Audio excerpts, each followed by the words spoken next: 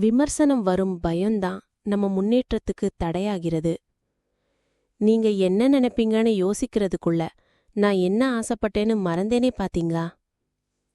நான் பள்ளியில இருந்தப்போ ஒரு நாள் இங்கிலீஷ் ஸ்பீச் காம்படிஷன் ஃபுல்லா எழுதி 10 தடவை படிச்சு தயார் பண்ணேன்.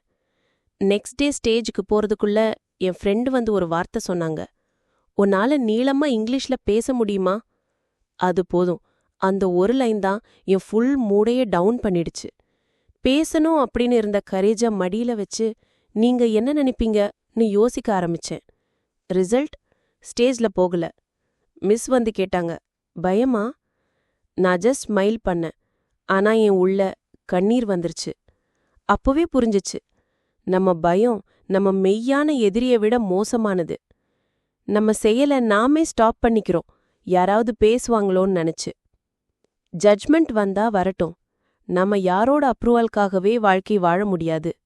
நாம நம்ம மனசுக்குள்ள நிம்மதியா இருக்கணும். அந்த நிம்மதி தான் ரியல் ஃப்ரீடம்.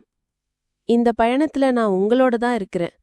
ஒரு நாள் ஒரு ஜட்ஜ்மெண்ட் நம்ம பயத்தை ட்ரிகர் பண்ணலான்னா, நாளைக்கு நம்ம ஆக்ஷன் அவங்க கருத்தையே மாற்றும்.